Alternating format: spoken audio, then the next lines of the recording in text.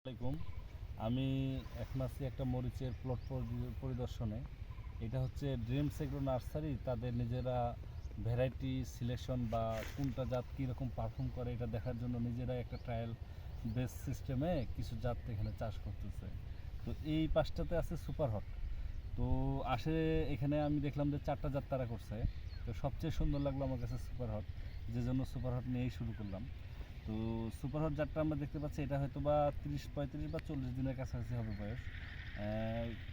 এটা ফুলের কেবল দেখা দিচ্ছে আর কি। তো গাছের যে গ্রোথ ভিগোরিটি, মানে প্রতিটা গাছেই সমান টাইপের, একই রকম, এবং প্রতিটা গাছেই খুব স্বাস্থ্যবান। হ্যাঁ, প্রতিটা গাছে খুব স্বাস্থ্যবান, খুব সুন্দর। আরেকটা বিষয় আমি দেখতেছি, গাছটা কিন্তু খুব গ্রোথ নিচ্ছে, মানে সে যে শক্তবান বা শক্তিশালী হয়ে উঠবে এরকম একটা ভাব আছে।